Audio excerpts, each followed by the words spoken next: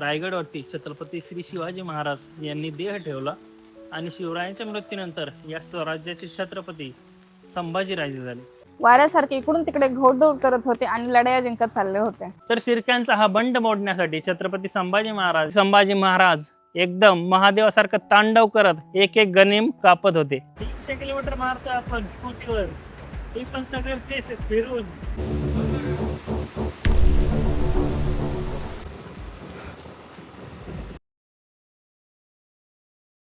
जय शिवराय मित्रांनो आणि शिव सकाळ सुद्धा.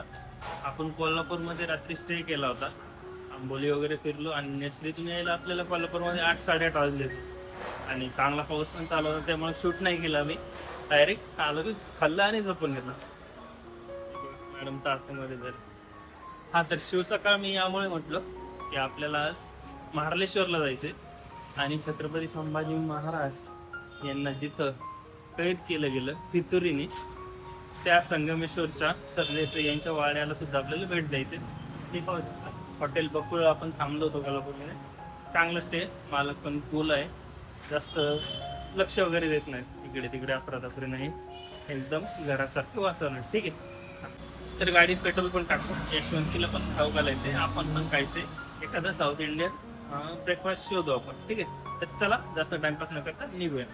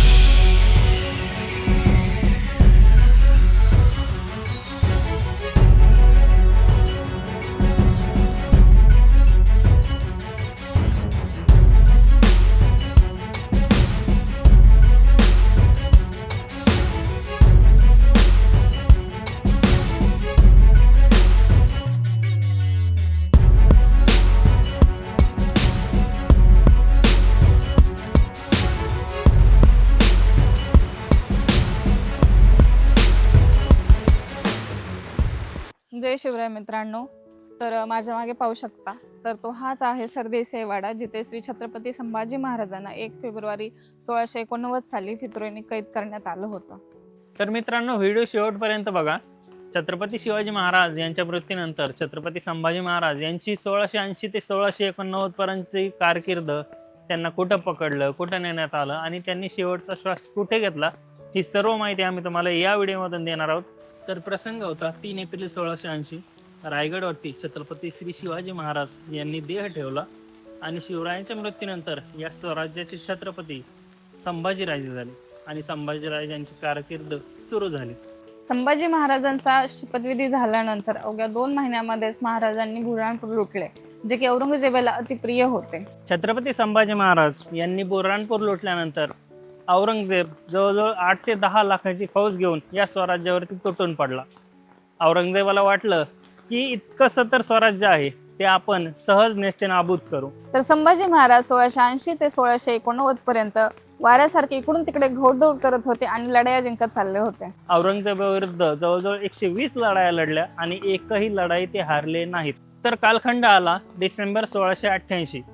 छत्रपती संभाजी महाराज त्यावेळी रायगडवरती होते आणि रायगडवर त्यांना एक खबर आली की शृंगारपूरमध्ये शिर्क्यांनी म्हणजे छत्रपती संभाजी महाराज यांच्या मेव्हण्याने बंड पुकारलाय.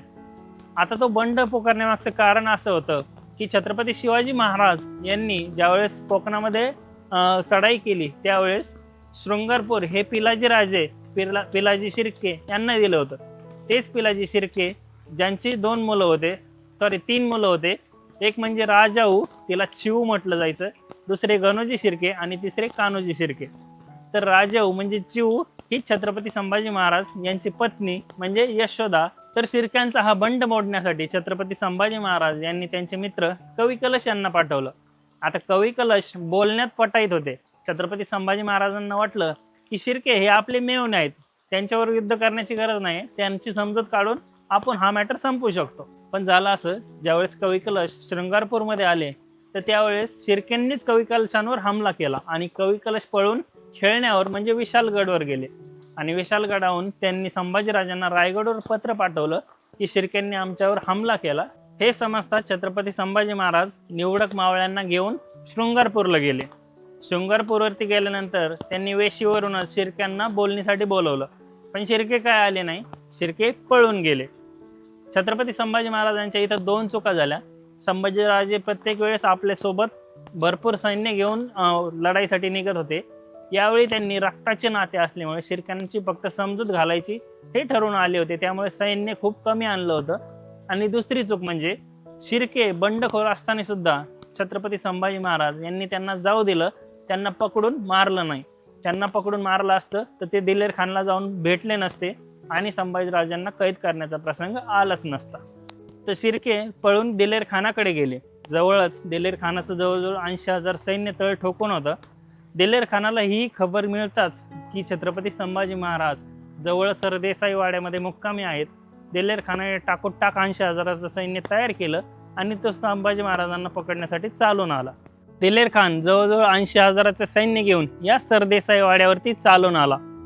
छत्रपती संभाजी महाराज त्यावेळी झोपेमध्ये होते. महाराजांपर्यंत खबर पोहोचवली गेली की गनिम चालून आला आहे. संभाजीराजे उठले तोपर्यंत युद्धाला तोंड फुटले होते. तुम्ही छावा चित्रपट पाहिला असेल, त्यात असं दाखवलंय की कवी कलश संभाजी महाराजांकडे जातात आणि त्यांना म्हणतात तुम्ही राजे निष्ठून जा. पण खरी परिस्थिती अशी होती की सगळीकडे दिलेर खानाचे सैन्य होतं, त्यांनी पूर्ण बंदोबस्त लावला होता. संभाजी महाराजांनी आपली शमशेर काढली आणि एक एक गनिम कापायला सुरुवात केली. छत्रपती संभाजी महाराज एकदम महादेवासारखं तांडव करत एक एक गनिम कापत होते. याच ठिकाणी संभाजीराजांचे जे निवडक मावळे सोबत होते, एक एक मावळा दारातीर्थी पडू लागला. जवळजवळ 80,000च्या सैन्यामध्ये एकटा छावा सप सप करत गनिम कापत होता. अखेर छत्रपती संभाजी महाराज इथून लढत लढत खाली मांडवी नदी आहे त्या नदीपर्यंत गनिम कापत गेले. संभाजी महाराज एवढं तुफान लढत होते की त्यांच्याजवळ जाण्याचा एकाही गनिमाची हिंमत होत नव्हती. संभाजीराजांवरती अखेर साखळदंड फेकले गेले आणि छत्रपती शिवाजी महाराज यांचा छावा हा औरंगजेबाच्या कैदेमध्ये गेला, जेरबंद झाला. हा होता सरदेसाई वाडा. आता आपण सर्व भेटूया मार्लेश्वरवरती. मधले शॉट दाखवण्याचा काय अर्थ नाही टाइमपास करण्यात. सरळ जाऊया मार्लेश्वर, ठीक आहे.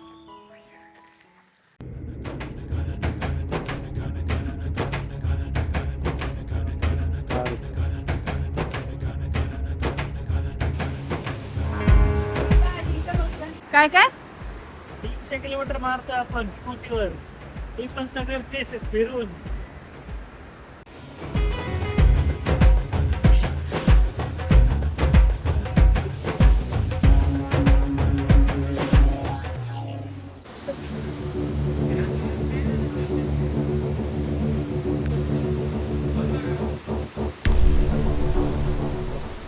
तर मित्रांनो, हे होतं मार्लेश्वर. आपलं मार्लेश्वर फिरून झालेलं आहे आणि पाऊस असल्यामुळे आपल्याला काही ड्रोन शॉट घेता आला नाही. तर आपण जाणार आहोत आता पुढच्या स्पॉटला. तर चला.